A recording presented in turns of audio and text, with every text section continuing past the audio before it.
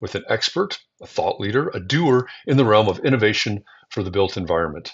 My name is Jeff Echols. I am a senior advisor and the head of marketing for Shadow Partners. And this week I'm in Atlanta because we're kicking off our 7th annual Shadow Summit. This is our opportunity to bring together the influencers, the doers, the people that are thinking about and driving change in the built environment. So for the next few days, you're going to get encore presentations of Shadow Shorts, and all of these conversations that you see for the next few days will be with people who are actually speaking and leading discussions, setting the tone, setting the agenda for the built environment headed into 2024. So enjoy this conversation, and I'll be back with you with another live Shadow Short in just a few days.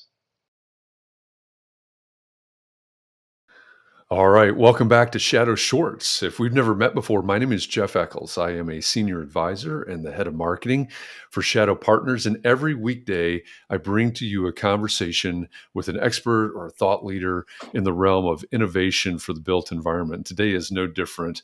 Our guest today is very popular in our circles and is a past keynote speaker for Shadow Summit, a future keynote speaker for Shadow Summit. So I'm really excited about that. And let me introduce to you Dr. Sam Chandan. He is the founding director of the Chen Institute for Global Real Estate at NYU Stern. He's also a professor of economics at NYU.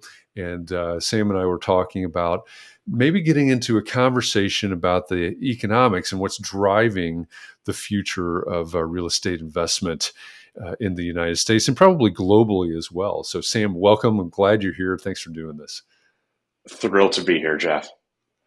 Absolutely. Glad that you're here. And, thinking about what we were talking about before we went live, you mentioned Office Space, not the movie, but the actual space as a driver of many things, not just where we're going to work, or not just the leases, so to speak, but when you're looking out there across the landscape and considering all the financial and economic impacts, what does office space say to you right now?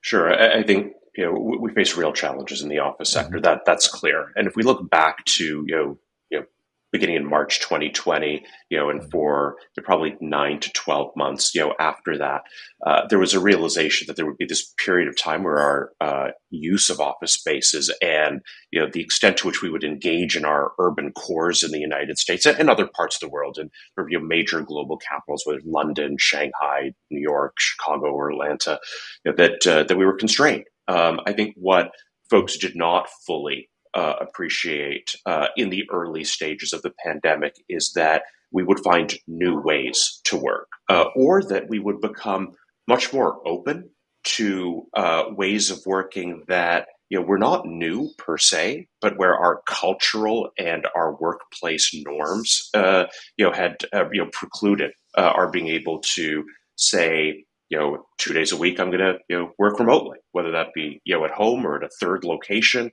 And it's really been over the last, I'd say, 2 years that we've had to come to grips with the fact that the way in which we think about our relationship to our offices, the way we think about our relationship to our downtown cores, and more broadly, when we think about our individual relationships to the built environment and our community relationships to the built environment, we are in a state of very rapid evolution. Now, it's the case that our relationship to buildings, and to urban areas is always evolving and changing. What is different this time is that it is evolving and changing far more rapidly than anything that we will have seen in our lifetimes. And that is proving to be a very, very difficult adjustment process. In the office sector, it is playing out over time. And in part, this is because of changes in the level of transaction activity, valuations, the lease rollovers that in many cases are proving, dilutive to cash flow. And we're seeing sort of, a bifurcation in the office market clearly, where some older buildings that are, I'd say, competitively obsolete, either because of their location, their ceiling heights, the amenities, their proximity to public transportation, whichever it may be, they're competitively obsolete. people are going to think very carefully about what the next life might be for that building, because it might not be as an office. Earlier, a lot of folks, immediately ran to this idea that, okay, all these obsolete office buildings, particularly if they're in the urban core, would make ideal apartment buildings. And we know that in many urban cores around the United States, we have a shortage of multifamily.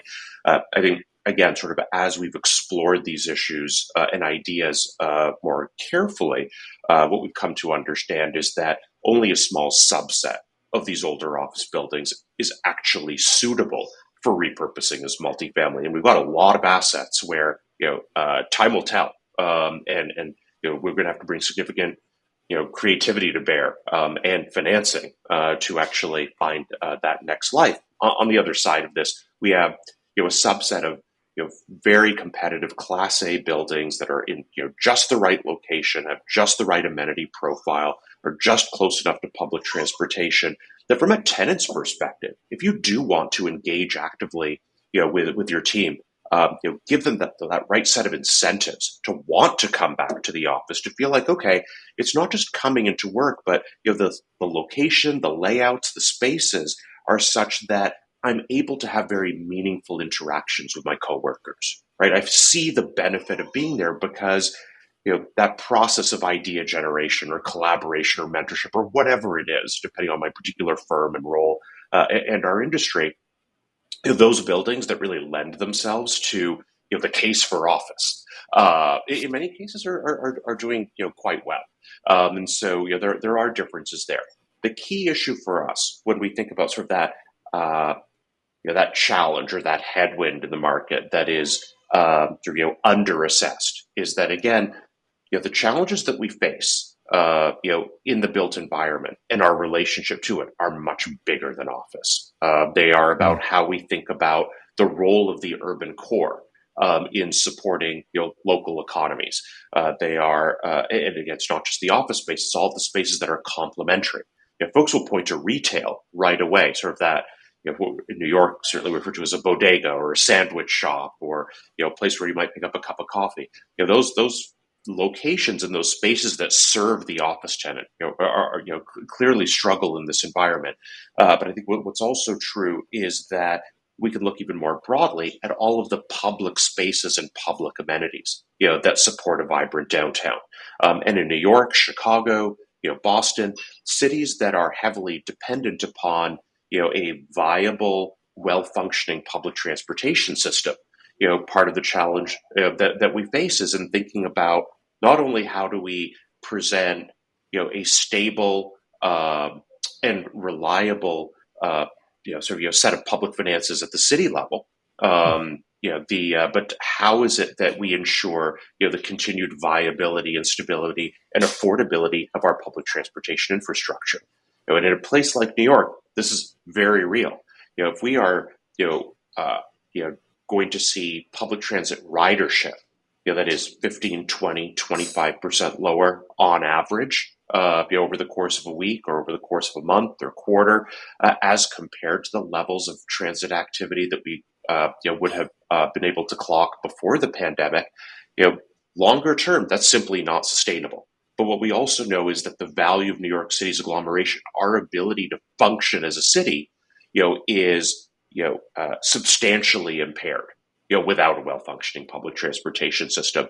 So all of these things really lend themselves to a broader conversation about how it is that we position cities to be relevant and to be competitive, in this, whether we refer to it as a post-pandemic environment or simply sort of this radically changed environment that was already beginning to experience some of these forces at work, independent of the pandemic itself. Yeah, it's paradoxical, isn't it? So as you're looking out, we're past the middle of 2023 now, obviously. So headed towards the end of 2023, 24, 25. As you're looking out into the future, where do you see the most, or maybe recommend the most emphasis on development, on investment, on thinking about, as you said, if there's a 25% lower ridership of the CTA in Chicago, or pick your transit system wherever you are. Right. It's not sustainable, so it's going to take some innovation. So as you look out in the future, where do you see investment? Where do you see innovation happening in order to survive these things that you're talking about? Yeah, so it comes back to a broader definition of Mhm. resilience. I think prior to the pandemic, we thought of resilience principally in terms of resilience to climate shocks, and certainly that is key and essential. And I know that the work that the Shadow team is doing sort of is plays an important role here in helping to facilitate some of the new technologies that will aid us in building resilience. To Mhm. climate shocks that may be difficult to, from an actuarial perspective, to anticipate frequency and severity, but also sort of the broader trends that we're seeing impacting our cities. The I think post pandemic we think of resilience more broadly. Certainly, it's about climate issues, and in New York City, sort of your rising sea levels, sort of the heat sink of the city. These are very real issues for us, and we've been reminded of that quite regularly Mhm. this summer, as have other parts of the world. Air quality, being a key issue.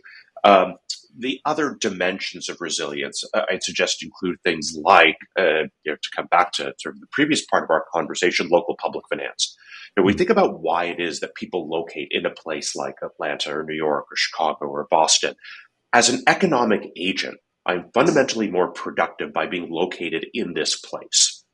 What we also know is that by being located in these places, in part because of the density and the good and the bad that comes from it, there's a higher cost. Where we face real challenges is that in some cases, those costs and benefits are a little bit out of balance right now. And so when cities are thinking creatively about how do we reimagine ourselves, how do we reposition ourselves, what are the kinds of investments we make, you know, we can work to contain costs. And a big part of that is in many cities, including New York, you know, getting smart about tax efficiency becomes Mhm. critically important, because this is an area where whether we think of it as competing with other cities or simply doing the best that we can for our own residents, we are highly tax inefficient. But those raise the costs of being in these locations. We have to ensure that the benefits that accrue from that urban agglomeration are always clearly stronger than the cost. That it's expensive to be in New York, but it is absolutely worth it. So that becomes part of what needs to underpin the creative thinking about how it is that we invest on a more practical level. This means in many cases sort of doubling down on mixed use neighborhoods. If you are a purely office district, then you are probably the one that is struggling the most. If you are a mixed use neighborhood and are zoned accordingly, so we have some office, some residential, but it is a neighborhood or a submarket that is active and engaged and vibrant, around the clock.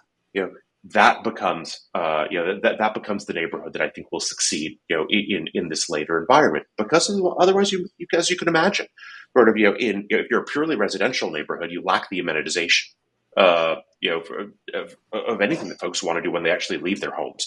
And if you're a purely office neighborhood, then 4 to 5 days a week you might look like a ghost town, and Mhm. that's neither one of those scenarios is sustainable. I would say two other things that I'd add here.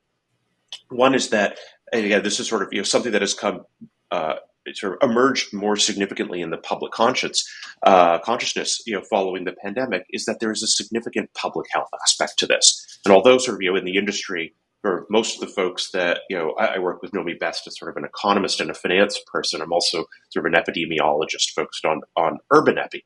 And the way in which we think about and envision the built environment has extraordinary implications for individual and public health outcomes, Mhm. whether it be chronic diseases or infectious diseases. We've just come off of a period of time where the relationship between certain aspects of density, and sort of and public health outcomes, has been driven home for us. But when we also look across major cities around the world, what we'll also see is that differences in the way in which we create space, in which we create public spaces, more than the pandemic, have again these sort of very, very significant implications for what chronic disease outcomes look like for large populations. As we get older as a country, are thinking about, well, how do we build? How do we create public spaces? What do residential neighborhoods and residential units look like? And what does that imply for the kinds of cancer-related, obesity-related cancers that we might observe, for cardiovascular disease, for diabetes rates? There is a very, very strong linkage here that I think in the real estate and urban world, we are only beginning to explore. So those are some of the issues that I think, certainly on the academic and policy side, we're thinking about very, very carefully right now in trying to help inform a conversation around how it is that we build much more resilient and relevant cities for the next generation. Yeah. For anybody, I know our audience is generally very invested in the built environment, right? We've got C-suite leaders from architecture, engineering, construction, real estate, and technology and innovation officers, et cetera. But if you're tuning into this and you've never thought about the true impact of the built environment, what Sam just ran down, I think was an incredible example of, we started out talking about offices and office space, and we've gone all the way through and talked about the implications of all of these things, all the way related to obesity, cancer, et cetera. Built environment impacts everything. And that's part of the power, part of the reason that we need to have these conversations, part of the power of having these conversations. So if you're watching this and listening to this saying, hey, I want to know more, I want to get more out of this. We've only got 15 minutes for these shadow shorts. What I would recommend to you is that you go to shadowsummit.com. Let me put that up on the screen, bottom left-hand corner of your screen right now, shadowsummit.com. That's the URL for the landing page for our summit, 7th annual Shadow Summit, coming up in October, the 24th through 26th in Atlanta, Georgia. Dr. Sam Chandan will be one of our keynote speakers, and you will certainly get deeper into this conversation there in Atlanta. The whole design of the Shadow Summit is purposefully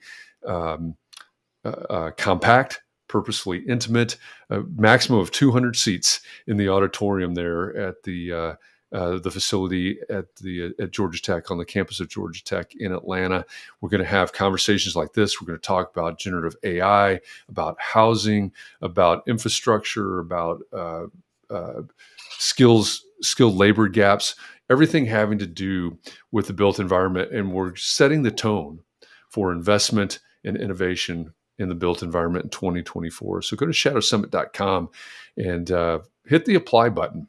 It is a curated group of topics, a curated group of attendees. Hit the apply button, find out how to get tickets for Shadow Summit, and join us for more conversations and much deeper conversations than the one that Sam and I have just had over the past 15 minutes.